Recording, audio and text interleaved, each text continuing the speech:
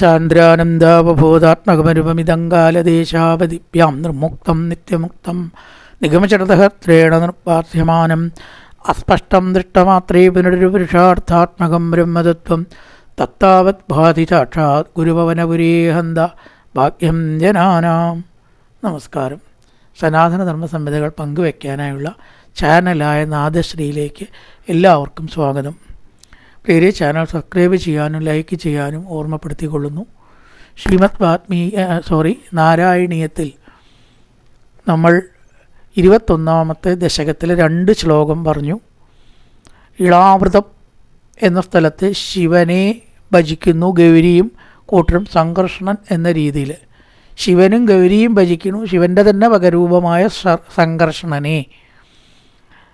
രണ്ടാമത് ഭദ്രാശ്വത്തിൽ ഭദ്രാശ്വം നാമം ഇളാവൃതപൂർവം, ഇളാവൃതത്തിൻ്റെ കിഴക്ക് ഭാഗത്തുള്ളതിൽ ഭദ്രശ്രവസ്സുകൾ ഹയഗ്രീവ സ്വരൂപത്തിലുള്ള ഭഗവാനെ ഭജിക്കുന്നു. 2 പറഞ്ഞു. ഈ 3ാമത് ധ്യായാമി ദക്ഷിണഗതേ ഹരിവർഷവർഷേ പ്രഹ്ലാദമുഖ്യപുരുഷേ പരിഷേവ്യമാണം ഉത്തുംഗശാന്തധവളാകൃതിം ഏകശുദ്ധജ്ഞാനപ്രദം നരഹരിം ഭഗവൻ ഭവന്തം. ജ്ഞാനപ്രദം നരഹരിം ഭവന്തം എന്ന് പറയുന്നു. നരഹരി നമുക്കറിയാം, നരസിംഹമൂർത്തി. ഏത് വർഷത്തിൽ? ഹരിവർഷേ. തെക്ക് ഭാഗത്തുള്ള 3 വർഷങ്ങളുണ്ട്. അതിൽ ആദ്യത്തെ വർഷമാണ് ഹരിവർഷം. ആ ഹരിവർഷത്തിൽ ദക്ഷിണഗതേ, തെക്ക്, ദക്ഷിണം തെക്ക്, ഉത്തരം വടക്ക്. ദക്ഷിണഗതേ ഹരിവർഷവർഷേ, ദക്ഷിണ ഭാഗത്തുള്ള ഹരിവർഷം എന്ന വർഷത്തിൽ, ഹരിവർഷം എന്ന് പേര്, 2ാമത്തെ വർഷം ഖണ്ഡം, ഹരിവർഷം എന്ന വർഷത്തിൽ, ഹരിവർഷം എന്ന ഖണ്ഡത്തിൽ നരഹരിയായിട്ട് ഭജിക്കുന്നു. ആര്? നരഹരിയെ ആരാ ഭജിക്കുക? പ്രഹ്ലാദമുഖ്യ പുരുഷൈ പരിഷേവ്യമാണം. അനവധി ആൾക്കാരുണ്ട്. ലീഡ് ചെയ്യണത് പ്രഹ്ലാദനാണ്. പ്രഹ്ലാദനാൽ നയിക്കപ്പെട്ട പ്രഹ്ലാദ മുഖ്യ പുരുഷൈ, പ്രഹ്ലാദൻ തുടങ്ങിയവർ, പ്രധാനി പ്രഹ്ലാദനാണ്, കൂടെ ആൾക്കാരുണ്ട്. പുരുഷൈ പരിഷേവ്യമാണം, സേവിക്കപ്പെടുന്നു. പ്രഹ്ലാദൻ മുതലായിട്ടുള്ളവരാൽ സേവിക്കപ്പെടുന്നു ഹരിവർഷത്തിൽ നരസിംഹമൂർത്തിയായിട്ട്. എങ്ങനെ? ഉത്തുംഗശാന്തധവളാകൃതിം ഏകശുദ്ധജ്ഞാനപ്രദം നരഹരിം. നമുക്കൊക്കെ ഒരു വിചാരണ, നരഹരി എന്ന് പറഞ്ഞാൽ ഉഗ്രമൂർത്തിയാണ്, നരസിംഹത്തിന് പാനകം നേദിക്കണം. തെറ്റാണ് എന്നാണ് പറയണത്. നരസിംഹത്തിന് പാൽപ്പായസം അത്രേ ശരിക്ക് നേദിക്കേണ്ടത്. എന്താ വെച്ചാൽ നരസിംഹമായിട്ട് ഒരു പ്രതിഷ്ഠ ഇല്ല, നരസിംഹമായിട്ടൊരു പ്രതിഷ്ഠ ഇല്ല. വിഷ്ണു ആയിരിക്കും വിഗ്രഹം. ശ്രീരാമനായിട്ടൊരു പ്രതിഷ്ഠയില്ല, വിഷ്ണു ആയിരിക്കും വിഗ്രഹം. വാമനപ്രതിഷ്ഠയുണ്ട്, വിഷ്ണുവാണ് വിഗ്രഹം.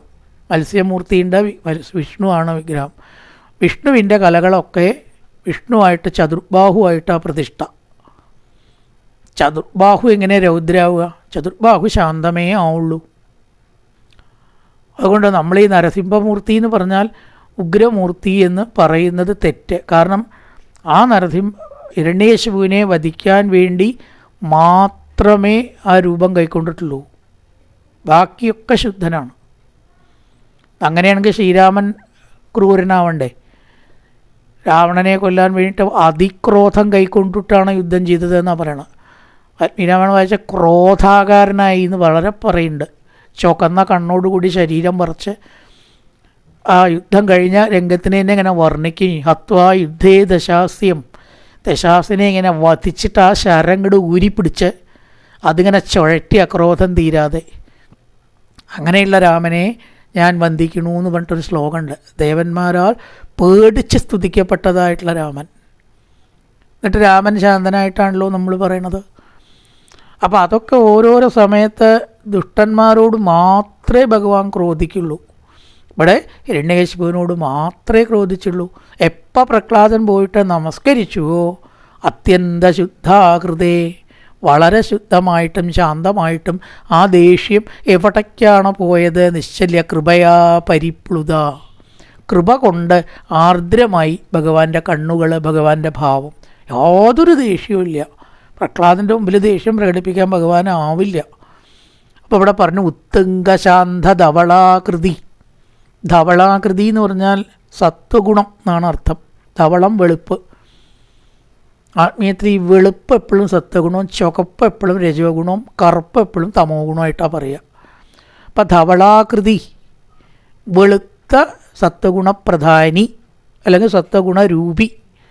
ഉത്തുംഗശാന്ത വളരെയേറെ, കുറച്ചല്ല വളരെയേറെ ശാന്തമായിട്ടുള്ള ധവളാകൃതിയും ശുദ്ധസത്വസ്വരൂപം ഏകശുദ്ധജ്ഞാനപ്രദം. വീണ്ടും പറഞ്ഞു ഏകശുദ്ധജ്ഞാനപ്രദം. ശുദ്ധമായിരിക്കുന്ന ജ്ഞാനപ്രദനായിരിക്കുന്ന നരസിംഹമൂർത്തിയെ പ്രഹ്ലാദനാൽ ഉപാസിക്കപ്പെടുന്ന, പ്രഹ്ലാദൻ മാത്രമല്ല കൂടെയുള്ളവരും ഉണ്ട്, അവരാൽ ഉപാസിക്കപ്പെടുന്ന എങ്ങനത്തെ നരസിംഹമൂർത്തി? ശാന്തധവളാകൃതിയും വെളുത്ത നിറത്തിലുള്ളതും ശുദ്ധജ്ഞാനസ്വരൂപിയായിട്ടുള്ളതും ആയ നരഹരിയെ അല്ലയോ ഗുരുവായൂരപ്പ ഞാനും കൂട്ടത്തിൽ ഭജിക്കുന്നു. ദക്ഷിണ പ്രദേശത്തുള്ള ഹരിവർഷത്തിൽ പ്രഹ്ലാദൻ മുതലായവരാൽ സേവിക്കപ്പെടുന്ന പരിഷേവ്യമാണ് നരഹരിയെ. എങ്ങനത്തെ നരഹരി? വളരെയേറെ സത്വഗുണമുള്ള ശാന്തനായ, വളരെ ഉദ്രമൊന്നുമില്ല ഭജിക്കുമ്പോൾ. ഉത്തുംഗശാന്തധവളാകൃതിയും, ധവളം വെളുപ്പ്, ഏകശുദ്ധജ്ഞാനപ്രദം നരഹരിം ഭഗവൻ ഭവന്തം. അടുത്തത് വക്ഷേ പ്രതീജി ലളിതാത്മനികേതുമാലേ ലീലാവിശേഷ ലളിതസ്മിതശോഭനാംഗം ലക്ഷ്മിയാ പ്രജാപതിസുതേശ്ച നിഷേവ്യമാണം തസ്യാ പ്രിയായ ധൃതകാമതനും ഭജേ ത്വാം. അടുത്തത് പറയാണ് പ്രതീജി, പടിഞ്ഞാറ്. പ്രതീജി പടിഞ്ഞാറ്. അതാണ് ഈ ഭാരതപ്പുഴയ്ക്ക് പ്രതീജി എന്നൊരു പേരുണ്ട്. പടിഞ്ഞാറോട്ട് ഒഴുകുന്ന നദിക്കൊക്കെ പ്രാധാന്യം കൂടും എന്നാണ്. അറബിക്കടലിൽ പോയിട്ട് പതിക്കണ നദികൾക്ക്. അധിക നദികളും കുറേയൊക്കെ കിഴക്കോട്ടാണ് പതിക്കുക. അതിനേക്കാട്ടിലും പുണ്യമാണത്രേ. അതാണ് ഭാരതപ്പുഴയിൽ അസ്ഥി ഉറപ്പിക്കുക, ഭാരതപ്പുഴയിൽ സഞ്ചയനം ചെയ്യുക, ഭാരതപ്പുഴയിൽ നമ്മുടെ കർമ്മങ്ങളൊക്കെ ചെയ്യുന്നതൊക്കെ മരിച്ച ശരീരം, അതൊക്കെ വളരെയധികം മോക്ഷപ്രദമാണ് എന്ന് പറയാൻ. കാരണം എന്തായാലും പ്രതീജി പടിഞ്ഞാറ് ഭാഗത്തുള്ള വർഷം, അതിൻ്റെ പേരാണ് കേതുമാലം. അപ്പോൾ ഏതൊക്കെയായി എന്ന് നോട്ട് ചെയ്ത് വെക്കണം നല്ലതാണ്. നടുവിൽ ഇളാവൃതം, പിന്നെ കിഴക്ക് പുറത്ത് ഭദ്രാശ്വം, പടിഞ്ഞാറ് ഭാഗത്ത് ദപ്പ പറഞ്ഞ കേതുമാലം, കിഴക്ക് വശത്ത് ഹരിവർഷം. എഴുതി വെച്ചാലേ മനസ്സിലാവുള്ളൂ. അതായത് ഒരു ഏരോ മാർക്ക് പ്ലസ് നട്ടിട്ട് വടക്ക് കിഴക്ക് എന്നായിട്ട് ഇങ്ങനെ എഴുതിയാൽ ഒറ്റ നോട്ടത്തിന് കാര്യം മനസ്സിലാവും. പ്ലസ് നിടുക, എന്നിട്ട് എന്തൊക്കെയാണ് കിഴക്ക് ഭാഗത്തുള്ള വെച്ചൊക്കെ വലത്ത് ഭാഗത്ത് എഴുതുക. കിഴക്കാണല്ലോ മാപ്പ് പ്രകാരം കിഴക്ക്, വലത്ത് ഭാഗത്താണ് വരിക. പടിഞ്ഞാറ് വെസ്റ്റാണ്, തെക്ക് ഭാഗത്തോ അത് താഴത്താണ് വരിക, മുകളിലാണ് വടക്ക് വരിക മാപ്പിൽ നമ്മൾ എഴുതുമ്പോൾ. അപ്പം അതങ്ങനെ എഴുതി വിട്ടാൽ ഒറ്റ നോട്ടത്തിന് കാര്യം മനസ്സിലാവും. അപ്പോൾ ഇവിടെ കിഴക്ക് ഭാഗത്ത് ഒരു പ്ലസ് എന്ന് എഴുതുക, എന്നിട്ട് അതിൻ്റെ കിഴക്ക് ഭാഗത്ത് ഇത് എഴുതിയാൽ മതി. പടിഞ്ഞാറ് ഭാഗത്ത് കേട്ടോ, കേതുമാലം എന്ന പ്രദേശത്തിൽ പക്ഷേ പ്രതീജി ലളിതാത്മനി കേതുമാലേ. ലളിതാത്മനി എന്നൊരു വിശേഷണം കൊടുത്തു, ഇത്രയേ ഉള്ളൂ. നല്ലത്, ചിത്തം തികഞ്ഞ വടിവുള്ളതും എന്നൊക്കെ പറയാം. ലീലാവിശേഷ ലളിതസ്മിത ശോഭനാംഗം ലക്ഷ്മിയ പ്രജാപതി സുതേശ്ച. ശ്രീ ഭഗവതിയും പ്രജാപതി സുതന്മാരും രണ്ടാൾക്കാരാണ് കേതുമാലത്തിൽ ഭഗവാനെ ഭജിക്കണത്. ഒന്ന് മഹാലക്ഷ്മി. മഹാലക്ഷ്മിക്ക് ഭക്തന്മാരെ അനുഗ്രഹിക്കാനുള്ള കഴിവുണ്ടാവുന്നത് വെറുതെ ഇല്ല, ഭഗവാനെ ഭജിച്ചിട്ടാണ് എന്നാണ് വിഷ്ണു ഭക്തന്മാർ പറയുക. അപ്പോൾ ലക്ഷ്മിയാലും പിന്നെ ആരുണ്ട്? പ്രജാപതി സുതന്മാർ. 6 പ്രജാപതികളുണ്ടാകെ എന്നാണ് ദക്ഷൻ മുതലായിട്ടുള്ളവർ. ആ പ്രജാപതികളിൽ സുതന്മാർ, ആ പ്രജാപതികളുടെ പുത്രന്മാരാലും നിഷേവ്യമാണം, പരിഷേവ്യമാണെന്ന് നേരത്തെ പറഞ്ഞു. ഇവിടെ നിഷേവ്യമാണം, സമുപാസ്യമാനം ഒക്കെ ഒരേ അർത്ഥമാണ്. ഭഗവാനെ ഭജിക്കുന്നവർ ആരാൽ? ലക്ഷ്മിയ, ഒന്ന് ലക്ഷ്മി, പിന്നെ പ്രജാപതി സുതന്മാരാലും നിഷേവ്യമാണം സേവിക്കപ്പെടുന്ന കാമരൂപനായിട്ട് തസ്യാപ്രിയായ ധൃതകാമതനും ഭജേത്വാം. കാമദേവനായിട്ടാണ് ലക്ഷ്മി പ്രജാപതിമാർ ഭഗവാനെ ഭജിക്കുന്നത്. അവർ കുറച്ച് ലൗകിക ഭാവത്തിലാണ് ഭജിക്കുന്നത്. സൗന്ദര്യം ഉണ്ടാവാനും ഒക്കെ, സൗന്ദര്യമുള്ള ആളെ നമുക്ക് കിട്ടാനൊക്കെ ഈ കാമദേവനെ ഭജിക്കണം എന്നാണ്. കാമദേവൻ എന്ന് പറയുന്നത് ലോകത്തിൽ ആവശ്യമില്ലാത്തൊരു കാര്യമല്ല. കാമപ്രദപ്രഭു, കാമകൃത്, കാംനി, കാന്ത ഒക്കെ സഹസ്രനാമത്തിൽ പറയണത് പ്രപഞ്ചത്തെ നിലനിർത്തുന്നത് കാമമാണ്. എന്തിന്? പുത്രോപയോഗ്യമായ കാമം, പുത്രോൽപാദനയോഗ്യമായിട്ടുള്ള കാമം. അതിനുമുണ്ട് രീതികൾ, സ്ഥാനത്തും അസ്ഥാനത്തും പാടില്ല. ആ കാമം ലോകത്തിൽ ആവശ്യമാണ്, വേണ്ടാത്തതല്ല. ഭഗവാൻ തന്നെ തെറ്റിച്ചതാണത്.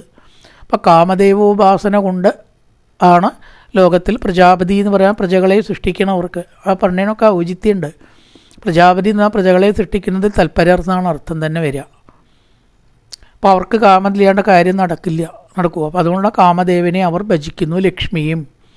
ലക്ഷ്മിയും പ്രജാപതി സുതന്മാരും കാമദേവനായിക്കൊണ്ട് അങ്ങേ ഭജിക്കുന്നു. ധൃതകാമതനും എന്ന് പറഞ്ഞാൽ കാമദേവനായി അവതരിച്ചവൻ ആയ, അതും ഭഗവാന്റെ അവതാരമാണത്രേ.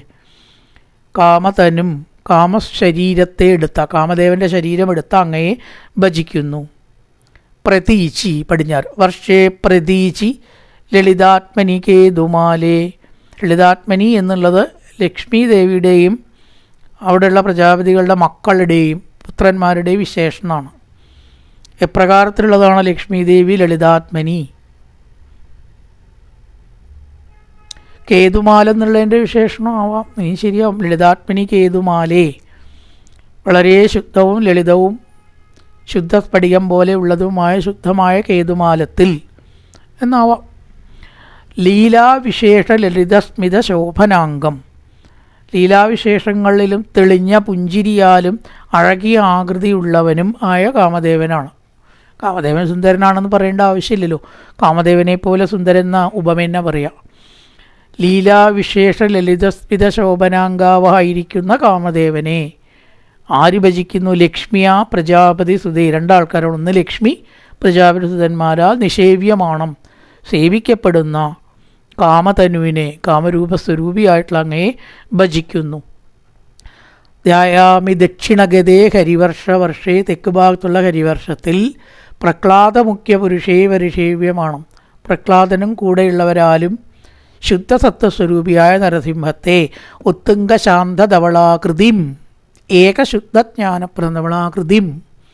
ഏകശുദ്ധം വേണം, മേഘവർമ്മയില്ലേ അവിടെ. അവളാകൃതിയും ഏകശുദ്ധജ്ഞാനപ്രദം നരഹരിം ഭവന്തം.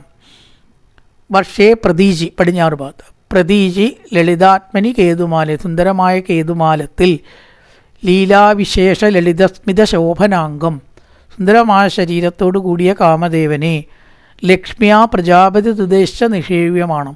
ലക്ഷ്മിയാലും പ്രജാപതി സുതന്മാരാലും സേവിക്കപ്പെടുന്നു. എങ്ങനെ? കാമസ്വരൂപനായിട്ട്. തസ്യാ പ്രിയായ ധൃത കാമതനും ഭജേ ത്വാം. നല്ലൊരു പ്രഭാതം എല്ലാവർക്കും ആശംസിച്ചുകൊണ്ട് നിർത്തുന്നു. നമസ്കാരം.